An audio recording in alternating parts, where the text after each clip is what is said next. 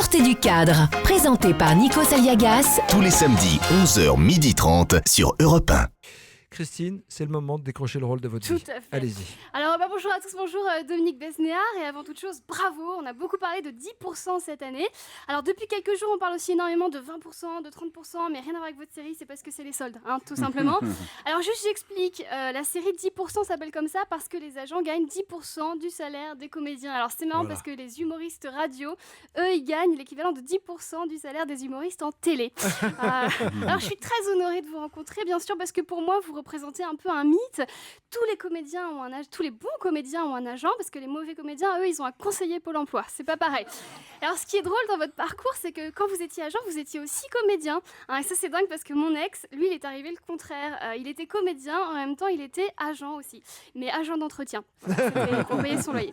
Alors, c'est cool parce qu'il a pu réaliser son rêve, qui était de monter les marches, sauf que là, c'était pour les nettoyer.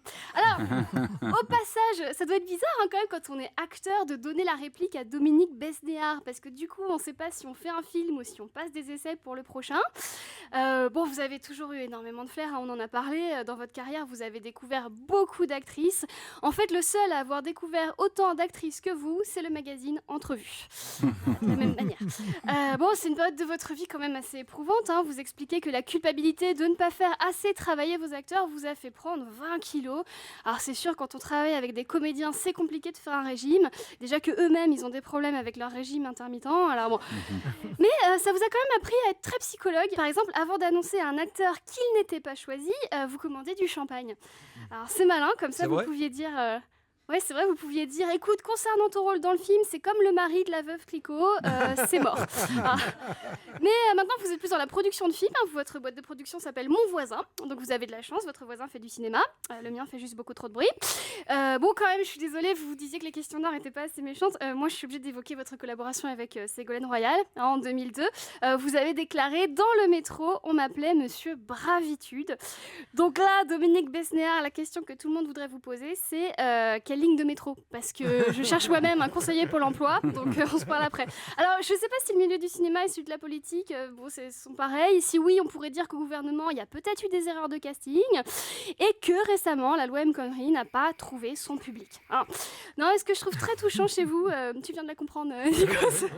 Ce que je trouve très touchant chez vous, Dominique Besnéard, c'est que ça fait 40 ans que vous êtes entouré de grands comédiens et vous les admirez toujours autant. Et cela dit, je vous comprends parce que moi, ça fait 2 ans que je travaille avec Nikos et c'est fou. Il m'admire toujours autant. C'est vrai, c'est je dingue. vous admire et je vous aime. En tout cas, grâce à la série 10%, on comprend mieux ce que vous faites. Parce que je vais vous raconter une petite anecdote. Quand j'étais petite, on m'avait appris que quand on remerciait quelqu'un dans le cadre du travail, ça voulait dire qu'on le virait.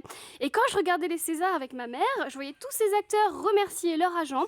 Je me disais quel métier horrible, je comprenais pas. C'est la dernière chronique de l'année. Alors, je ne pouvais pas partir sans une petite devinette.